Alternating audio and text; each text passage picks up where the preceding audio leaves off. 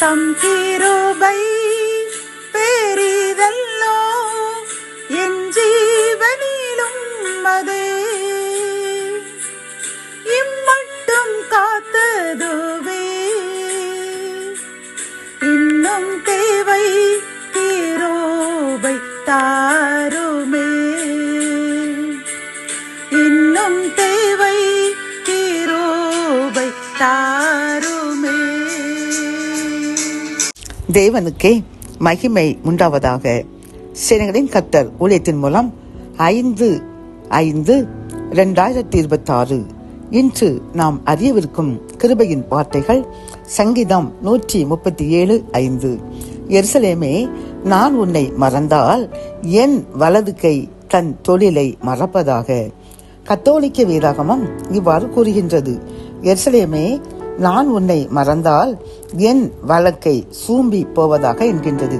பிரியமான என் அன்பு சகோதரனை சகோதரியே, இன்று இந்த கிருபையின் வார்த்தைகள் மூலம் கர்த்தர் நமக்கு கூறும் கிருபையின் வார்த்தை, ஆசீர்வதிக்கப்பட்ட வார்த்தை என்னவென்றால், எருசலேம் கர்த்தரால் உருவாக்கப்பட்ட ஒரு தேசம். அதில் வாழ்கின்ற மக்கள் அவரால் தேர்ந்தெடுக்கப்பட்ட மக்கள்.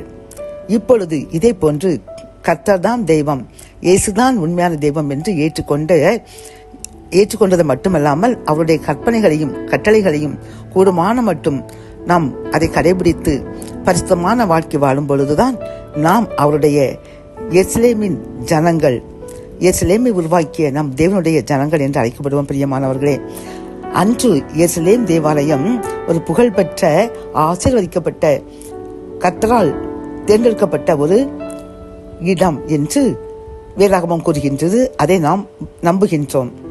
இதே போன்றுதான் நாம் வசிக்கின்ற இடத்திலேயும் ஒரு சில இடங்களை கர்த்தர் விரும்பி அங்கு தூதர்கள் இறங்கி ஏறிக்கொண்டிருக்கின்றார்கள். இப்பொழுதும் அத்தகைய ஆடைகளுக்கு நாம் சென்று நமது தேவைகளை நாம் எடுத்துக் கூறினோம் என்றால் உடனே பதில் கிடைக்கிறது. இதைத்தான் புனித ஸ்தலங்கள் என்று கூட கூறுகின்றார்கள். ஒவ்வொருவருக்கும் ஒரு புனித ஸ்தலம், ஒவ்வொரு மதத்திற்கும் ஒரு புனித ஸ்தலம் காணப்படுகின்றது. இதே போன்றுதான் கர்த்தர் ஒரு சில ஆலயத்தில், குறிப்பாக நாம் வசிக்கின்ற பகுதியில் நிச்சயமாக ஒரு ஆலயம் இருக்கும்.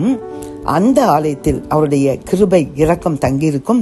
தூதர்கள் அங்கே வாசம் செய்து நம்முடைய விண்ணப்பத்தை இப்பொழுதும் கர்த்தருக்கு நேராக எடுத்து செல்கின்றார்கள். பிரியமானவர்களை, இதை நாம் விசுவாசித்து அவருடைய நாமம் விளங்குகின்ற ஆலயங்களுக்கு அனுதினமும் சென்று அதில் நாம் நம்முடைய விண்ணப்பத்தை தெரியப்படுத்தி அந்த ஆலயத்தை கர்த்தர் நமக்கு தந்ததற்காக நன்றி கூறுவோம். கர்த்தர் நம்முடைய விண்ணப்பத்தை அந்த ஆலயத்திலிருந்து கேட்டு நம்மையும் நம் சந்ததிகளையும் ஆசீர்வதித்து உயர்த்துவார். ஜெபம். என் அன்பு தகப்பனே, இந்த கிருபையின் வார்த்தைகள் மூலமாக எருசலேம் தேவாலயத்தை மறந்தால் எங்களுக்கு ஆசீர்வாதம் அல்ல என்று கூறினரப்பா. இதே போன்று உம்முடைய நாமம் தேர்ந்தெடுக்கப்பட்ட உம்முடைய தூதர்கள் இறங்கி வாசம் பண்ணுகின்ற உமது தூய ஆவியானவர் வாசம் பண்ணுகின்ற அந்த ஆலயங்களுக்கு சென்று நாங்கள் உம்மை வழிபடும் பொழுது எங்களுடைய தேவைகள் நிறைவேற்றப்படுகின்றன. நாங்கள் அந்த ஆலயத்தில் சென்று நீர் எங்களுக்கு செய்த நன்மைகளை எடுத்து கூறி நன்றி கூறவில்லை என்றால் எங்களுக்கு நீர் அதை சாபமாக மாற்றுவேன் என்று கூறின கிருபையின் வார்த்தைக்காக நன்றியப்பா. நாங்கள் இந்த செய்தி கேட்ட பின்பு நீர் தெரிந்து கொண்ட வாசஸ்தலங்களுக்கு செல்வோம். நிச்சயமாக அங்கு நீர் எங்கள் செய்த நன்மைகளுக்கு நன்றி கூறுவோம் என்று உறுதியெடுக்கின்றோம். அதன்படி எங்கள் உறுதியை ஏற்றுக்கொள்ளுங்க.